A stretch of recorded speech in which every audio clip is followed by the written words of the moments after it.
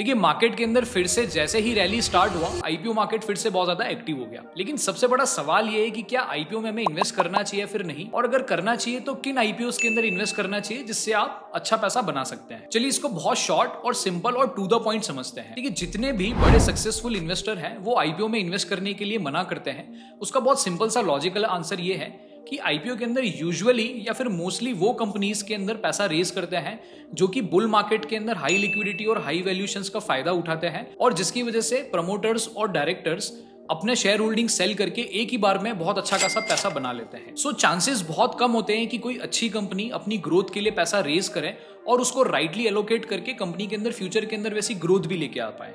लेकिन इसके बावजूद भी आईपीओ एक बहुत अच्छी इन्वेस्टिंग स्ट्रेटेजी हो सकती है अगर बहुत स्मार्टली और क्लैरिटी से बुल मार्केट के अंदर लिस्टिंग गेन के लिए ही अगर आईपीओ के अंदर इन्वेस्ट किया जाए तो आप उसमें अच्छा खासा पैसा भी बना सकते। पर अच्छे आईपीओ को सेलेक्ट करने के लिए आपको कुछ रूल्स है उसको याद रखना पड़ेगा।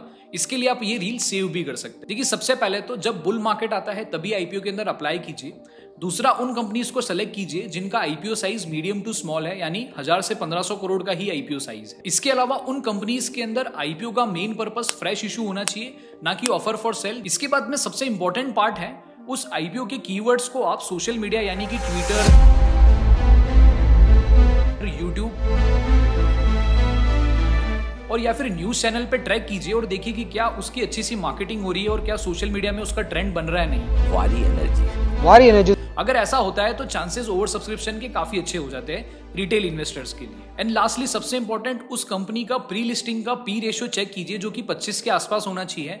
ग्रे मार्केट के अंदर उसके लिस्टिंग गेन होने चाहिए और 1 से 2 दिन के अंदर उसके अंदर अच्छा खासा सब्सक्रिप्शन बन जाना चाहिए, मोस्टली क्वालिटी इंस्टीट्यूशनल इन्वेस्टर्स या फिर एचएनआई इन्वेस्टर्स के। अगर ये सारी चीजें एक साथ इस्तेमाल करेंगे तो चांसेस है कि आप एक अच्छा सक्सेसफुल आईपीओ सेलेक्ट कर पाएंगे। लेकिन इसमें सबसे बड़ी प्रॉब्लम ये होती है क्योंकि ये आईपीओ बहुत ओवर सब्सक्राइब्ड होते हैं, इसलिए अलॉटमेंट के चांसेस कम हो जाते हैं। उसकी बहुत सिंपल सी टिप है जो कि सबको पता होती है कि आप अपने फैमिली अकाउंट में अपने आईपीओ को पैसे को डिस्ट्रीब्यूट कीजिए और एक पेन से एक लॉट खरीदिए ताकि चांसेस मिलने की प्रोबेबिलिटी काफी अच्छी हो जाती है।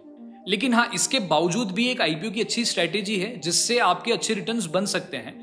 अगर लिस्टिंग में आपको अलॉटमेंट मिल जाता है तो तुरंत आईपीओ की लिस्टिंग का गेन उठाइए और उसके प्रॉफिट को बुक कर लीजिए। लेकिन अगर अलॉटमेंट नहीं मिलता है, क्योंकि बहुत सारी रिपोर्ट के मुताबिक जो भी कंपनीज के अंदर अच्छी लिस्टिंग होती है वो बाद में फॉल करती है और अच्छे वैल्यूएशंस पे आने पे जब स्टॉक्स को खरीदते हैं तो रिटर्न्स बनने के चांसेस बहुत अच्छे से बन जाते हैं। सो ऐसे ही इन्वेस्टिंग आइडियाज और रेगुलर मार्केट अपडेट के लिए आप हमारे चैनल को सब्सक्राइब जरूर करें।